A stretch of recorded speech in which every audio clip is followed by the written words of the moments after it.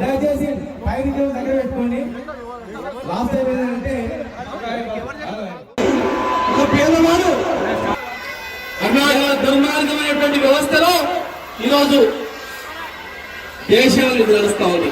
దుర్మార్గమైన వ్యవస్థలో ప్రపంచం నడుస్తా ఉంది.